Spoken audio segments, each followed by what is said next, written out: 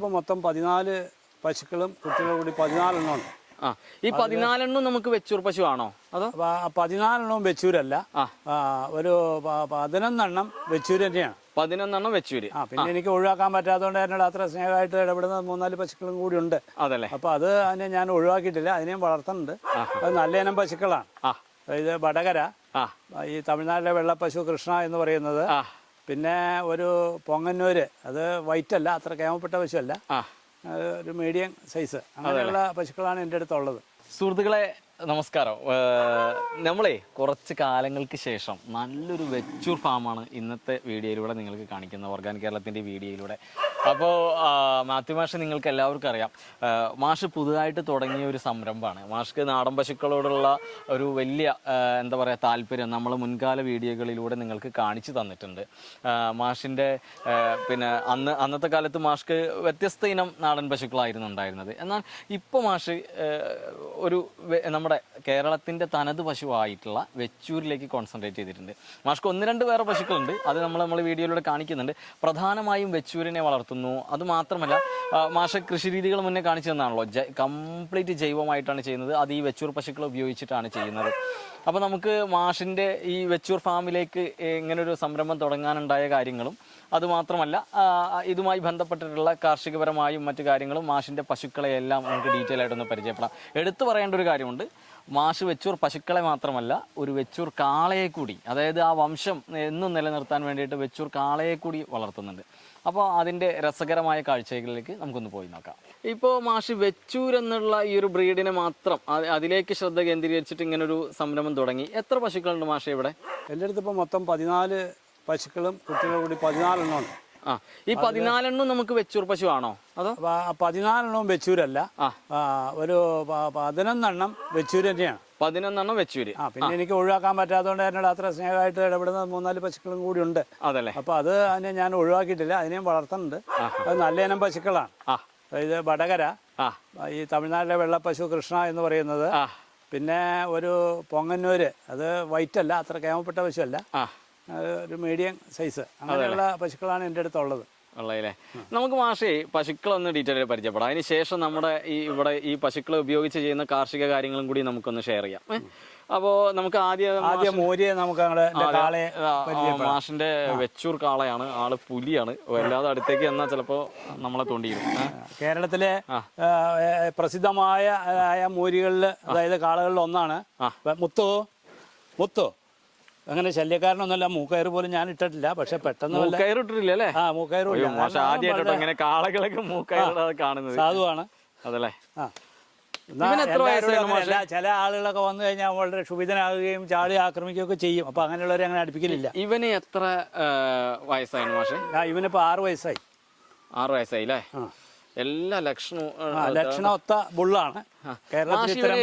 എവിടുന്നാണ് മാഷ് ഇവൻ എവിടുന്ന് വാങ്ങിയതാണ്? ഇത് ഇവിടെ ചെർപ്പളശ്ശേരി ശ്രീകൃഷ്ണന്റെ അടുത്തൊരു ശങ്കരൻ തിരുമേനിയുണ്ട്, അദ്ദേഹത്തിന്റെ അടുത്ത് നിന്ന് വാങ്ങിയതാ. നല്ല എണ്ണം പശുക്കളെയാണ് വളർത്തു. അതല്ലേ? ഇതാ വേണ്ട, കൊള്ളാം. 6 വയസ്സായിട്ടാണ് വേണ്ടത്. ഇവനെ വെച്ചിട്ടാണ് നമ്മളിവിടെ വെച്ചൂർ ബ്രീഡ് ചെയ്യുന്നത്. ഇതൊരു വെച്ചൂർ പശുവാണ്. ഇത് 2ാമത്തെ ചെനയാണ്. ഇവളെ എവിടുന്ന് കൊണ്ടുവന്നതാ? ഇത് ഞാൻ ഇവിടെ തൊഴുത്തിലുണ്ടായത് തന്നെയാണ്. ഇവിടെ നമ്മളിവിടെ ഉണ്ടായ കുട്ടിയാണ് അല്ലേ? കുട്ടിയാണ്. ഓ, രണ്ടാമത്തെ പ്രസവം. എല്ലാ ലക്ഷണങ്ങളും ഒത്തൊരു പശുവാണ് കേട്ടോ. മാഷേ, നമ്മളിവിടെ ഇങ്ങനെ പ്രധാനമായിട്ട് ഇവർക്ക് തീറ്റ കാര്യങ്ങളൊക്കെ എന്തൊക്കെയാണ് കൊടുക്കുന്നത്? നമ്മള് പുല്ല് ധാരാളമായിട്ട് കൊടുക്കും. പിന്നെ തേങ്ങാപ്പിണ്ണാക്ക് കുറേശ്ശെ കൊടുക്കും. തേങ്ങാപ്പിണ്ണാക്ക് കൊടുക്കുന്നുണ്ട് അല്ലേ? പിന്നെ ഗോതമ്പ് തവിട്, അതായത് മിക്കവാറും ഒക്കെ 100% നമ്മള് കെമിക്കൽ ഉപയോഗിക്കില്ല. അതുകൊണ്ട് അസുഖങ്ങളൊന്നും കാണാനും സാധ്യതയില്ലല്ലോ അല്ലേ? ഇതുവരെ ഒരു അസുഖങ്ങളും പശുക്കൾക്ക് വന്നിട്ടില്ല.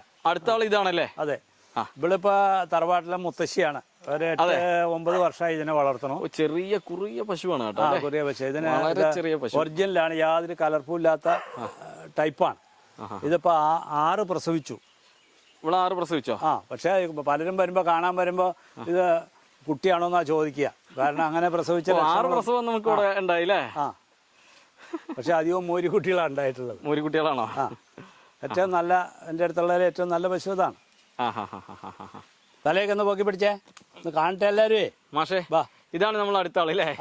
എല്ലാവരും നല്ല ഇണക്കാണ് കേട്ടോ അല്ലേ? ഇത് ഒരു 1.5 വയസ്സേ ആയിട്ടുള്ളൂ. അതെ. ഇത് ഇവിടെ ഉണ്ടായ കുട്ടിയാണോ? അത് ഇവിടെ ഉണ്ടായ കുട്ടിയാണ്. ഞാൻ ആദ്യം കാണിച്ച പശുവിന്റെ കുട്ടിയാണ്. എന്താ ഇതാ 1.5 വയസ്സായി അല്ലേ? 1.5 വയസ്സായി. അപ്പോ ഏകദേശം ഇത് എത്ര സമയമാവും ഇതിന്റെ ചെനയൊക്കെ? 3 വയസ്സൊക്കെ ആയിട്ടേ ഞാൻ ഇണ ചേർക്കലുള്ളൂ. 3 വയസ്സൊക്കെ ഞാൻ ചേർക്കൂല. ഇല്ലല്ലേ? 3 വയസ്സൊക്കെ ആവാറുണ്ട്. അതാണ് ശരിക്കും നാടൻ പശുക്കളെ സംബന്ധിച്ചിട്ട് ഏറ്റവും ആരോഗ്യകരമായ കാര്യം അല്ലേ? നമ്മൾ ശ്രദ്ധിക്കേണ്ട, ഓരോ ബ്രീഡേഴ്സും ശ്രദ്ധിക്കേണ്ട ഒരു കാര്യമാണ് അതല്ലേ. ഇവർക്ക് ഇവിടെ ഇങ്ങനെ ഉണ്ടായ ഈ പശുക്കുട്ടികളെയൊക്കെ നമ്മൾ ഇവിടെ തന്നെ നിർത്തുകയാണ്. എങ്ങനെയാണ് അതിൻ്റെ? അതിപ്പോ ഞാൻ തുടങ്ങിയിട്ട് കുറച്ച് കാലമല്ലേ ഉള്ളൂ. ഇവിടെ അധികം മൂരിക്കുട്ടികളാണ് ഉണ്ടാവണേ. അപ്പൊ മൂരിക്കുട്ടികളെ ആർക്കെങ്കിലും ഒക്കെ വളർത്താൻ ഇങ്ങനെ കൊടുക്കും. അപ്പൊ പശുക്കുട്ടികൾ ഇപ്പൊ അങ്ങനെ വിൽപ്പനയ്ക്കൊന്നും ആയിട്ടില്ലല്ലേ? 1-2 അത്യാവശ്യക്കാർക്ക് കൊടുത്തു, അത്രേ ഉള്ളൂ. ഇത് വെച്ചൂരാണ്. ഇത് കറുത്ത നിറമുള്ള വെച്ചൂരാണ്. എല്ലാ കളറിലും വെച്ചൂർ പശുക്കളുണ്ട്. ഇവള് കറുത്തതാണ്. കാർത്തു ഇവൾക്ക് ഇപ്പൊ 3 വയസ്സായി. ഇവിടെ ഇണ ചേർത്തിട്ടുണ്ട്. ഏറ്റവും ഉയരം കുറഞ്ഞ പശുവാ കാർത്തു. വാ വാ കാർത്തു, എന്താ നിനക്ക്? എന്താണ് കാർത്തു? ഇത് നല്ലൊരു വെച്ചൂരാണ്. അതായത് എന്റെ വെച്ചൂർ പശുക്കളെല്ലാം നല്ല ഐറ്റത്തിലേ ഞാൻ നിർത്തലുള്ളൂ. ഇത് എവിടുന്നാണ്? നമ്മളിത് ഇപ്പൊ ഒരു കൊല്ലം അയാൾ വാങ്ങിയിട്ട് ഇതൊരു പാർട്ടിയുടെ അടുത്തുണ്ടായിരുന്നപ്പോ കണ്ടപ്പോ ഞാനിത് എനിക്ക് ഇഷ്ടപ്പെട്ടപ്പോ അങ്ങനെ വാങ്ങിയത്. അതല്ലേ? വെച്ചൂർ പശുക്കൾക്ക് ഇപ്പോഴും കേരളത്തിൽ നല്ല മാർക്കറ്റ് തന്നെയാണല്ലോ അല്ലേ? ആവശ്യക്കാർ അത്യാവശ്യം ഉണ്ടല്ലോ അല്ലേ മാഷെ? പക്ഷെ ഇപ്പൊ എന്താ ഈ അടുത്ത കാലത്ത് എന്തോ ഒരു പിന്നാക്കടിച്ചിട്ടുണ്ട് ഈ കൊറോണ കാരണം. ഇതിന്റെ പ്രചരണവും കാര്യങ്ങളും ഒന്നും ഇപ്പൊ നടക്കണില്ല. അതുകൊണ്ടുള്ള വിഷമങ്ങളുണ്ട്. ഇവിടെ നല്ല വെച്ചൂരാണ്. ഒരു 7 മാസം ജനയായിട്ടുണ്ട്. ഭയങ്കര സൈലന്റ് ആണ് കേട്ടോ. ഇവള് സൈലന്റ് ആണ്. എന്ത് വേണമെങ്കിലും ചെയ്യാം നമുക്ക്. അതാണ് ഇതിന്റെ പ്രത്യേകത. കണ്ടോ, ഒന്നിനും ഞാൻ എന്റെ പശുക്കൾക്ക് ഒന്നും മൂക്കയറില്ല. അപൂർവം ചിലതിനേ ഉള്ളൂ. നമ്മൾ മൂക്കയർ ഒഴിവാക്കിയിട്ടുണ്ട് അല്ലേ? ഇതൊരു മാസമായാലും ഞാൻ വാങ്ങിയിട്ട്. ഇതിങ്ങനെ ഒരാളെ പിന്നെ ഇതിന് ചെന പിടിക്കണില്ല, മൂരിയില്ല. വെച്ചൂർ തന്നെ. അപ്പൊ അയാൾക്കൊരു ബുദ്ധിമുട്ട്. ഇതിനെ ഈ ഇറച്ചിക്ക് കൊടുക്കാനൊക്കെ മടിയായിട്ട് എന്നെ വിളിച്ചു. അപ്പൊ ഞാൻ പോയിട്ട് അങ്ങനെ കൊണ്ടുവന്ന വലിയ വിലയൊന്നും കൊടുത്തിട്ടില്ല. മറ്റുള്ളവരിൽ നിന്ന് കുറച്ച് ഹൈറ്റ് കൂടുതലാണ്. ഇതിന് ലേശം ഒരു ഹൈറ്റ് കൂടുതലുണ്ട്. എനിക്കിത് ഈ ഏതെങ്കിലും ഒരു വല്ല ചെറുവള്ളിയോ ഏതെങ്കിലും ഒക്കെ ആയിട്ട് ചെറിയ മിക്സ് ഉണ്ടോ എന്നൊരു സംശയമുണ്ട്. അത്രേ ഉള്ളൂ. വെച്ചൂർ തന്നെയാണ്. ഒരു 80-90% വെച്ചൂരാണ്. അത് ഞാൻ ആദ്യം തന്നെ പറഞ്ഞല്ലോ. എല്ലാം തികഞ്ഞിട്ടൊരു വസ്തു പോലും ചന്താരശാരൻ ചന്ത ചമച്ചതില്ല എന്ന് ബ്രഹ്മാവ് സൃഷ്ടിച്ചതിലൊക്കെ ഒത്തിരി മായങ്ങളുണ്ട്. അപ്പൊ അതില് നമ്മൾ ഒന്നിലും അങ്ങനെ വാശി പിടിച്ചിട്ട് കാര്യമില്ല, മറ്റൊരാളെ പറഞ്ഞിട്ടും കാര്യമില്ല. മാഷേ, അപ്പൊ ഇനി ഏതാണ്? ഇനിയിപ്പോ എന്റെ അടുത്ത് ഞാൻ വെച്ചൂര് കുറെ പശുക്കളെ കാണിച്ചല്ലോ. എന്റെ അടുത്ത് ഞാൻ മറ്റു ചില ഐറ്റങ്ങളും ഉണ്ട്. കാരണം ഇത് വടകരയാണ്. വടകര കേരളത്തിന്റെ കോഴിക്കോടിന്റെ പശു. അതെ, കോഴിക്കോടിന്റെ പശു തന്നെ. ഇത് വെച്ചൂരിനേക്കാൾ പ്രോത്സാഹിപ്പിക്കേണ്ട പശുവാണ്. എന്താ വെച്ച് കഴിഞ്ഞാൽ ഇതിന് പാല് കൂടുതലുണ്ട്. ആവറേജ് വെച്ചൂരിന് 2-2.5 കിട്ടുമ്പോൾ ഇതിന് 3-3.5 ലിറ്റർ പാല് കിട്ടും. ശല്യമൊന്നുമില്ല. ഇത് തനത് ബ്രീഡ് കിട്ടാനുണ്ട് അവിടെ ഇവിടെയൊക്കെ ആയിട്ട്. അങ്ങോട്ട് ആളുകൾ അങ്ങോട്ട് പ്രൊജക്ട് ചെയ്തിട്ടില്ല. വടകര എത്ര വയസ്സായ കുട്ടിയാണ് ഇത്? 1.5 വയസ്സായ കുട്ടിയാണ്. 1.5 വയസ്സായത് അല്ലേ? ഇത് മാഷി എവിടുന്ന് കൊണ്ടുവന്നു? കാരണം ഇത് ഞാൻ വടകരയിൽ നിന്ന് നേരിട്ട് കൊണ്ടുവന്നാ. എനിക്ക് വടകര പശുവിനുള്ള താല്പര്യം. എനിക്ക് പണ്ട് ഒരു വടകര ഉണ്ടായിരുന്നു. അത് ആ വടകര പശു ആണെന്ന് അറിയാതെ ഞാൻ അതിനെ വിറ്റു. പക്ഷെ മാഷെ, ഇത് ഈ വടകര കൊണ്ടുവരുമ്പോഴേ നമുക്ക് ഈ വടകരയുടെ കാള അവൈലബിൾ ആണോ? അല്ലെങ്കിൽ എന്റെ സെമൻ നമുക്ക് ഇപ്പൊ അവൈലബിൾ ആണ്. വടകര ഭാഗത്തുണ്ട്. ഇത് പൊങ്ങന്നൂരാണ്. പൊങ്ങന്നൂർ പശു ഈ കളർ ചേഞ്ച് ഉള്ളതുണ്ട്. ഇത് വെള്ളയല്ല, ഇത് ചുവപ്പാണ്. ഇതിവിടെ ഈ പൊങ്ങന്നൂര് വളർത്തുന്ന ഒരു ഹരിയേട്ടനുണ്ട്, എളമ്പ്ലാശ്ശേരി. ഹരിയേട്ടൻ കേരളത്തിൽ വളരെ പ്രശസ്തനായ, നമ്മുടെ ഓർഗാനിക് കേരളത്തിലൂടെ ഒരുപാട് പരിചയമുള്ള ആളാണ്. മൂപ്പര് ഒത്തിരി ആളുകളുമായിട്ട് പരിചയമുള്ള ആളാ. അപ്പൊ മൂപ്പര് പറഞ്ഞിട്ട് ഞാൻ ഒരെണ്ണം വാങ്ങിയതാണ്. ഇത് എവിടുന്ന്? ആന്ധ്രയിൽ തന്നെയാണോ? അല്ല, ഇത് ആന്ധ്രയിൽ നിന്ന് കൊണ്ടുവന്നതാണ്. ഞാൻ തൃശ്ശൂരിൽ നിന്നാണ് വാങ്ങിയത്. തൃശ്ശൂരിൽ നിന്ന് വാങ്ങി അല്ലേ? ഇത് അത്യാവശ്യം ഭയങ്കര വിലയുള്ള പശു അല്ലേ മാഷെ? വിലയുള്ള പശുവാണ്. എനിക്ക് 1ന്റെ ചോടെ വില വന്നു. അതല്ലേ? ഓ, കൊള്ളാം. നമ്മളൊരു വെച്ചൂർ പശുവിനെ ഒരാൾ വാങ്ങിക്കാൻ പോവുകയാണെങ്കിലേ നമ്മൾ ഒരുപാട് പറ്റിക്കപ്പെട്ട രീതിയിൽ വരുന്നുണ്ട്. അപ്പൊ ശരിക്കും ഒരു വെച്ചൂരിന്റെ ലക്ഷണങ്ങൾ എന്തൊക്കെയാണ് മാഷെ? വെച്ചൂരിന്റെ ലക്ഷണം എന്ന് പറഞ്ഞാൽ, ഒന്ന് ഈ ഇത് പരമ്പരാഗതമായി ഇതിപ്പോ സംരക്ഷിക്കാൻ തുടങ്ങിയിട്ട് ശോശമായി ഇപ്പൊ പ്രൊഫസറല്ലേ ഇതിനെ എടുത്തത്. അപ്പൊ എന്തെങ്കിലുമൊക്കെ ചില സങ്കലനങ്ങളൊക്കെ ഉണ്ടാവും എന്ന് വിചാരിക്കുക. എങ്കിലും നമുക്ക് കിട്ടാവുന്നതിൽ പരമാവധി ഇപ്പൊ നോക്കാൻ പറ്റുള്ളൂ. അപ്പൊ വെച്ചൂർ പശുക്കള് സ്വതുവെ പിൻഭാഗത്തേക്കാൾ അല്പം പിന്നെ മുൻഭാഗം താഴ്ന്നിട്ട് നിൽക്കും. പിന്നെ ഒരു ഇതുണ്ടായിരിക്കും അല്ലേ, അത്ര അധികം പൂഞ്ഞുണ്ടാവില്ല, ഒരു ചിരട്ട കമത്തിയ മാതിരിയൊക്കെ ഉണ്ടാവുള്ളൂ. പിന്നെ അതിന്റെ കൊമ്പിന് പ്രത്യേകത ഉണ്ട്. കൊമ്പ് മുന്നോട്ട് ചാഞ്ഞ അതിന്റെ കണ്ണിന്റെ ഭാഗത്തേക്ക് വെള്ളം വീഴത്തക്ക രീതിയിലായിരിക്കും വെച്ചൂർ പശുവിന്റെ കൊമ്പ്. പിന്നെ അതിന്റെ നെറ്റി മറ്റു പശുക്കൾ അല്പം മുഴച്ചിട്ടുണ്ടാവില്ല, അത് കുഴിഞ്ഞിട്ട് തന്നെയാ, ലേശം കുഴിഞ്ഞിട്ടാ നിൽക്കുക. പിന്നെ അതിന്റെ കുളമ്പുകള് അല്പം ഇങ്ങനെ വിരിഞ്ഞു നിൽക്കുന്നുണ്ടാവും, അകന്ന് ഒട്ടി ഇങ്ങനെ ഈ കാങ്കയം കന്നിന്റെ കുതിരയുടെ അതുപോലെ അല്ല ഇതിന്റെ കുളമ്പ് വരിക. അപ്പൊ അങ്ങനെയുള്ള കുറെ ലക്ഷണം. പിന്നെ കണ്ണിന് ഒരു ഷെയ്ഡ് ഉണ്ടാവും. പിന്നെ സാധാരണമായി പറഞ്ഞിട്ടുണ്ട് ഇതിന്റെ മുൻകാല് കുറച്ച് ചെറുതായിരിക്കും അല്ലെ, മുൻകാല് കുറച്ച് ചെറുപ്പമായിരിക്കും. അപ്പൊ ഇത് ഞാനിങ്ങനെ പറഞ്ഞു എന്ന് വിചാരിച്ച് ഞാൻ ഇതിന്റെ പ്രൊഫസറായിട്ടൊന്നും നടിക്കണില്ല, കാരണം കുറഞ്ഞ പോരായ്മകളൊക്കെ ഉണ്ടാവും. എങ്കിൽ ഇതൊക്കെ അതിന്റെ ലക്ഷണങ്ങളാണ്. പിന്നെ സ്വതേ കുറെ പരിചയക്കേട് എപ്പോഴും ഉണ്ടാവും. പരിചയമുള്ളവരുടെ അടുത്ത് നിൽക്കും പോലെ പരിചയമില്ലാത്തവരുടെ അടുത്ത് നിൽക്കില്ല. അങ്ങനെയും കൂടി എഴുതണ്ടല്ലേ.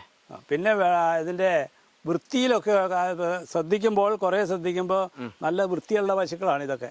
ഇത് മാത്രമല്ല, അപ്പൊ വേറെയും ചില നാടൻ പശുക്കളൊക്കെ, നാടൻ പശുക്കൾ സ്വതവേ അങ്ങനെയാണല്ലേ, അങ്ങനെയാണ്. അത് നിൽക്കുന്നിടത്ത് ചാണകം ഇടൂല, മൂത്രം ഒഴിക്കില്ല, ഒക്കെ മാറിയ ഒഴിക്കണ ഇപ്പൊ ഉണ്ട് സൗകര്യങ്ങൾ. ഇത് പലതും ഇതിന്റെ ദേഹത്ത് പറ്റുന്നത് ഈ തൊഴുത്തിന്റെ അസൗകര്യം കൊണ്ട് ആൾ മുറുക്കി കെട്ടും, കുറച്ച് കെട്ടിയിടും. ഒന്ന് ഫ്രീ ആക്കി വിട്ടാൽ ഇതിന്റെ ദേഹത്ത് ചാണകം പറ്റില്ല. പിന്നെ അത് മാത്രമല്ല മാഷേ, അത്യാവശ്യം എത്ര 2 ലിറ്ററോളം പാല് കിട്ടൂലേ? അതായത് 1.5 മുതൽ 2.5 വരെ ലിറ്റർ. 2 ലിറ്റർ ആണ്. 2 ലിറ്റർ കൂടിയാൽ എന്തെങ്കിലും കുഴപ്പമുണ്ടോ വേണം നമ്മൾ ആലോചിക്കാൻ. യഥാർത്ഥത്തിൽ ചില ആളുകൾ എന്നോട് എത്ര ലിറ്റർ കിട്ടും, ലിറ്റർ കണക്കാക്കിയാൽ കിട്ടില്ല. കാരണം 2.5 ലിറ്റർ 2.5 ലിറ്റർ വരെയൊക്കെ അഴിച്ചുവിട്ടൊക്കെ തീറ്റയാണെങ്കിൽ 2.5 ലിറ്റർ വരെയൊക്കെ രാവിലെ കറന്നാൽ കിട്ടും. നാടൻ പശുവിന്റെ ആവശ്യം നമ്മൾ ഇതിന്റെ പാല്, മോര്, തൈര്, വെണ്ണ, നെയ്യ് ഏതൊരു വീട്ടിലും കുഞ്ഞുങ്ങൾക്ക് ഇത് ഏറ്റവും കൂടുതൽ ആവശ്യമാണ്. കുഞ്ഞുങ്ങളുടെ ബുദ്ധിപരമായ വളർച്ചയ്ക്ക് നമ്മളുടെ ടി-വിയിൽ കാണുന്ന സാധനങ്ങളൊന്നും കൊടുത്താൽ ബുദ്ധിപരമായ വളർച്ച കിട്ടില്ല. അതിന് പാലും മോരും നെയ്യും കൊടുക്കണം. കുറേയേറെ ആളുകൾ തെറ്റിദ്ധരിക്കുകയാണ്. നമ്മൾ കുട്ടികൾക്ക് വയറ്റിൽ നിന്ന് പോക്കോ ഛർദിയൊക്കെ ഉണ്ടായാൽ ഡോക്ടറെ കണ്ടാൽ നമ്മളുടെ ഡോക്ടർമാർ ഉടനെ പറയും പശുവും പാല് കൊടുക്കണ്ടോ എന്ന് ചോദിക്കും. അപ്പൊ കൊടുക്കണ്ടെന്ന് പറഞ്ഞാൽ കൊടുക്കരുതെന്ന് പറയും. യഥാർത്ഥത്തിൽ അതിന്റെ കാരണം യഥാർത്ഥ പശുവിനെ കുറിച്ച് ആ ഡോക്ടർക്ക് അറിയില്ല എന്നുള്ളതാണ്. അമ്മയുടെ പാല് കൊടുക്കാമെങ്കിൽ ഇന്ത്യൻ ജനിച്ച നാടൻ പശുവിന്റെ പാലും കൊടുക്കാം. അത് കൊടുത്തെങ്കിൽ കുട്ടികൾ ആരോഗ്യകരമായി വളരും. ശരിക്കും ഒരു വീട്ടിൽ ഒരു നാടൻ പശുവെങ്കിലും വേണം. അതിനെ സ്പർശിച്ചാൽ തന്നെ നമുക്ക് ആരോഗ്യപരമായ മെച്ചങ്ങളുടെ ഗാന്ധിക ശക്തിയല്ല ഞാൻ പറഞ്ഞു കൊടുക്കണ്ടല്ലോ. ഒരു തൊഴുത്തിൽ കയറി അതിന്റെ ഇതിനെയൊക്കെ ഒന്ന് ഒഴിഞ്ഞു നടന്നാൽ തന്നെ ഒരു ഉന്മേഷം ഉണ്ടാവും. പിന്നെ കുട്ടികളിൽ പരസ്പര സ്നേഹവും വിശ്വാസവും ഒക്കെ വളരണമെങ്കിൽ ഇങ്ങനെയുള്ള മൃഗങ്ങളൊക്കെ വീട്ടിൽ ചെറുപ്പത്തിലേ വേണം. അല്ലെങ്കിൽ അവർ വെട്ടാനും കുത്താനും ഈ തോക്ക് മാത്രം കണ്ടിട്ടാണ് ഇപ്പൊ കുട്ടികൾ വളരണത് വെട്ടും സിനിമയിൽ. അതല്ല, പശുക്കള്, ആട്, കോഴി, ഇങ്ങനെയുള്ള എല്ലാ ജീവജാലങ്ങളുമായി ഇടപഴകി ജീവിക്കണം. നമ്മളിപ്പോ ഇത്രയും പശുക്കളും കാര്യങ്ങളൊക്കെ ഉണ്ടല്ലോ, മാഷ്കൊറ്റയ്ക്ക് ഇവരെ നോക്കാൻ പറ്റും എന്നുള്ളത് ഒരു ഇപ്പോഴത്തെ ഒരു സാഹചര്യത്തിൽ നടക്കില്ല എന്ന് തോന്നി. അപ്പൊ എങ്ങനെയൊക്കെ ഇവരെ കാര്യങ്ങളൊക്കെ അതിനെക്കുറിച്ച് പറഞ്ഞാൽ അത് കുറെ രസകരമാണ്. കാരണം ഞാൻ ഇതിനെ തൊട്ട് തലോടുക, വർത്താനം പറയുക എന്നുള്ളത് കഴിഞ്ഞ ഒരു വെള്ളം പോലും കൊടുത്തിട്ട് ഒരു ശീലം എനിക്കില്ല. ചെറുപ്പം മുതലേ അങ്ങനെ ഒരു കള്ളനാ ഞാൻ. വീട്ടിൽ അങ്ങനെ ഒത്തിരി തല്ലുകൊണ്ടുണ്ട് ചെറുപ്പത്തില്, പശുവിന് വെള്ളം കൊടുക്കാഞ്ഞിട്ടും നോക്കാഞ്ഞിട്ടും ഒക്കെ. അപ്പൊ ഞാനിപ്പോഴും അങ്ങനെയാണ്. അപ്പൊ എനിക്ക് ഇതിന് ജോലിക്കാരെ ആശ്രയിച്ചിട്ടാണ് ഞാൻ ഇത് കൊണ്ടുനടക്കുക. എനിക്കിതിനെ വലിയ ഇഷ്ടമായതുകൊണ്ട് ഇതിനെ പറ്റിയ ജോലിക്കാരെ കണ്ടെത്തും. ഇപ്പൊ എൻ്റെ അടുത്ത് 3-4 പേരുണ്ട്. അതിൽ 1-2 പേരൊക്കെ വളരെ കോൺസെൻട്രേറ്റ് ചെയ്തിനെ നോക്കുന്നവരാണ്. ഒരാൾ ഇവിടെ ഇല്ല. ഇവരൊക്കെ ഈ നോക്കുന്നവരൊക്കെ ഇദ്ദേഹം ദൂരദേശത്ത് വന്നയാളാണ്. ഇതിനെ നല്ലപോലെ പരിപാലിക്കാൻ മറ്റേ കൃഷി കാര്യങ്ങളൊക്കെ നോക്കുന്നയാളാണ്. പശുക്കളെ, മൃഗങ്ങളെയൊക്കെ മൂപ്പർക്ക് വലിയ ഇഷ്ടമാണ്. അതുകൊണ്ട് മൂപ്പരെ ഞാൻ വിടാതെ പിടിച്ചിരിക്കുകയാണ്. പിന്നെ ഈ പെൺകുട്ടിയും ഈ പശുക്കളെ നോക്കുന്ന ഒരു ഇതാണ്. അവരൊക്കെ പുല്ല് വെട്ടും. ഇനി 3-4 പണിക്കാരുണ്ട്. ഇന്ന് കാര്യമായിട്ട് കാളയൊക്കെ അവരുടെ അടുത്ത് വളരെ ഇണക്കത്തോടെ നിൽക്കുന്നുണ്ട്. സുഹൃത്തുക്കളെ, അപ്പോൾ നമ്മളെ കേരളത്തിൽ വളരെ കുറച്ച് ആളുകൾ മാത്രമുള്ള ഒരു ഫാമായിട്ട് വെച്ചൂരിനെ സംരക്ഷിക്കുന്നത്. ഒരുപാട് നാടൻ പശുക്കളുടെ ഫാം നമ്മുടെ കേരളത്തിലുണ്ട്. ഒക്കെ വ്യത്യസ്ത ഇനം പശുക്കളാണ്. നമ്മളുടെ കേരളത്തിൻ്റെ തനതായ വെച്ചൂർ പശുക്കൾ 1-2 സ്ഥലങ്ങളിൽ നിന്ന് നമ്മൾ നിങ്ങൾക്ക് തന്നിട്ടുണ്ട്. എങ്കിലും ഇവിടെ വരുമ്പോഴേ ഇവിടെ മാഷിൻ്റെ ഈ ഒരു പ്രായത്തിലും ഈ ഒരു കാര്യത്തിലൊക്കെ ഇത്തരം പ്രകൃതി സ്നേഹം ഉൾക്കൊണ്ടുകൊണ്ട് നമ്മളുടെ തനത് പശുക്കളെ നമ്മൾ സംരക്ഷിക്കുക, അവയുടെ നിലനിൽപ്പിന് വേണ്ടി പ്രവർത്തിക്കുക എന്നുള്ളതൊന്നും ചെറിയ കാര്യമല്ല. ഇവിടെ ഇങ്ങനെ ശരിക്കും മാഷെ സംബന്ധിച്ച് ഇതൊരു സാമ്പത്തിക ലാഭമേ അല്ല ഈ പശുക്കളെ വളർത്തുക എന്നുള്ളത്. അതിലുപരി മാഷിൻ്റെ വീട്ടിലെ മക്കളൊക്കെ ചെറിയ കുട്ടികളുണ്ട്, ഇവർക്ക് ആരോഗ്യപ്രദമായി ജീവിക്കുക. പിന്നെ ഈ കാണുന്ന മാഷിൻ്റെ കാർഷികപരമായിട്ട് ഇവിടെ അത്യാവശ്യം ജാതിയുണ്ട്, കമുങ്ങുണ്ട്, തെങ്ങുണ്ട്, എല്ലാ വാഴയുണ്ട് അല്ലേ, കുരുമുളകുണ്ട്, എല്ലാ കാര്യങ്ങളും മാഷ് ചെയ്തിട്ടുണ്ട്. അപ്പോൾ ഇതിൻ്റെയൊക്കെ അടിസ്ഥാനം ഈ നാടൻ പശുക്കളും ഇവയിൽ നിന്നുള്ള ചാണകവും അതിൽ നിന്നുണ്ടാക്കുന്ന നമ്മുടെ പഞ്ചഗവ്യവും അതേപോലെ തന്നെ നമ്മുടെ ജീവാമൃതവും ഒക്കെയാണ്. അപ്പോൾ ഇത് വലിയൊരു മാതൃകയാണ് മാഷ് നമ്മുടെ കേരളത്തിലെ വളർന്നു വരുന്ന തലമുറയ്ക്കും ഇപ്പോഴുള്ള ആളുകൾക്കും. കാരണം നമ്മുടെ തനത് പശുക്കളെ സംരക്ഷിക്കുക എന്നുള്ളത്, കാരണം പാലിൽ നിന്നൊന്നും വലിയൊരു സാമ്പത്തിക ലാഭമൊന്നും ഇല്ലല്ലോ. അപ്പോൾ എന്തായാലും നമ്മുടെ കാർഷികപരമായ കാര്യങ്ങൾക്കും നമ്മുടെ ജീവൻ്റെ നിലനിൽപ്പിനും വേണ്ടി നമ്മുടെ നാടൻ പശുക്കളെ സംരക്ഷിക്കുക എന്നൊരു സന്ദേശമാണ് മാഷ് നമ്മുടെ ഈ വീഡിയോയിലൂടെ നിങ്ങൾക്ക് തന്നിട്ടുള്ളത്. തീർച്ചയായും നിങ്ങളിത് ഇരുകൈ നീട്ടി സ്വീകരിക്കുമെന്ന് തന്നെയാണ്, നിങ്ങൾക്ക് ഇഷ്ടപ്പെട്ടു എന്ന് തന്നെയാണ് എൻ്റെ വിശ്വാസം. നമുക്ക് ഒട്ടും വൈകാതെ അടുത്തൊരു വീഡിയോയിൽ വീണ്ടും